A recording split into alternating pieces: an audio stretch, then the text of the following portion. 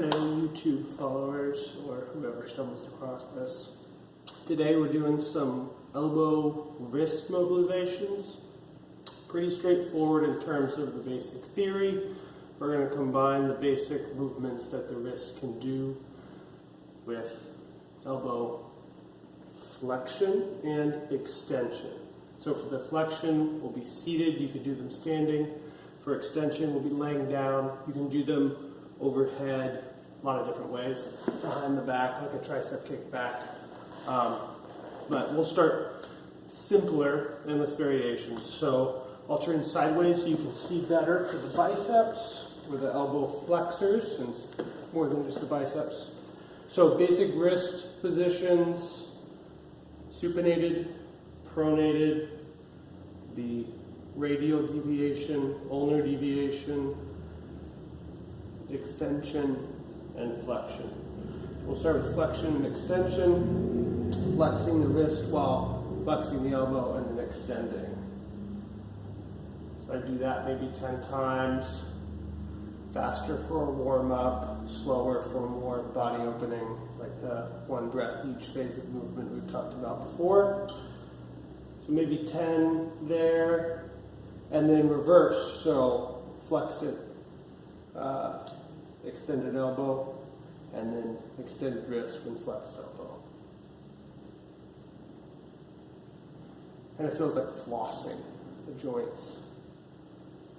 So then we'll go radial ulnar deviation at the bottom, radial at the top,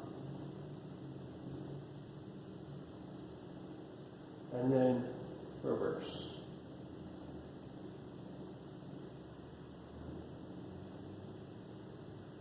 Feeling into that end range, what happens there might be the most interesting part and potentially the most valuable part of the exercise.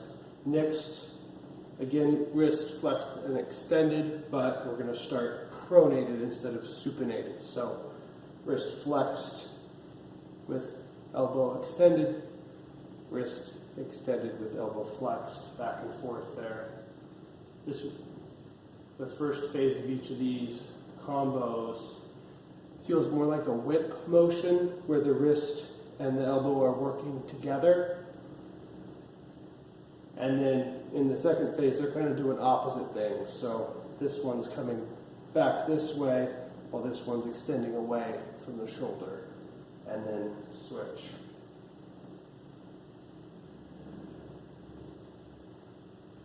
I'm doing all of these with a fist, loose fist.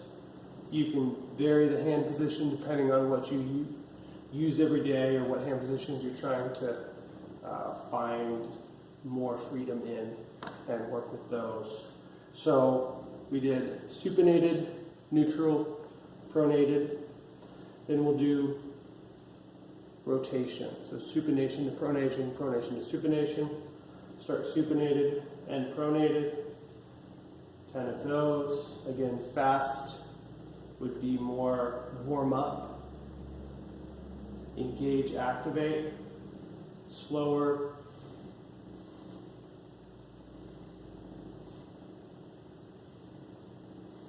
or add a breath at the stop.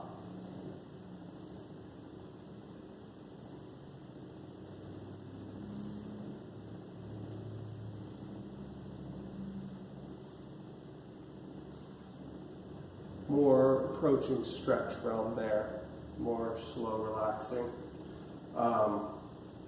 So we started here, then we'll do maybe 10 here. You can increase the reps as needed, maybe up to 20. Here, pronated at the bottom, supinated at the top. And with all of these, you'll find the wrist, the hand, the elbow, the shoulder doing other things to assist or cheat, if you will.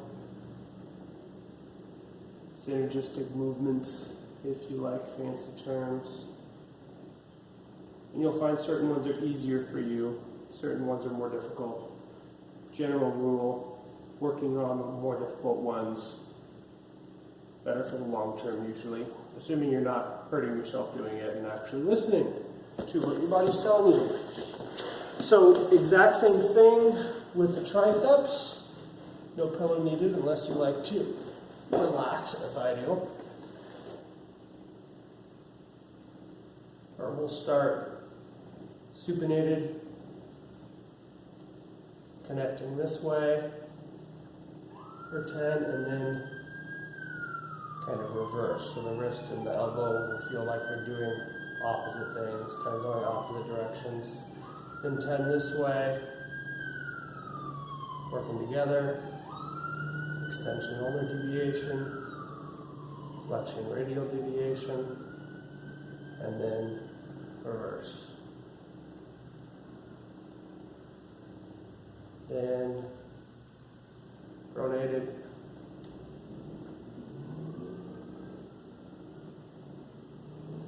and switch. Again, I'm speeding it up so you don't have to watch me do all the movements, but you still get the idea. Finishing with rotation, supination at extension, pronation at flexion, 10 that way, and then reverse, starting pronated, ending supinated.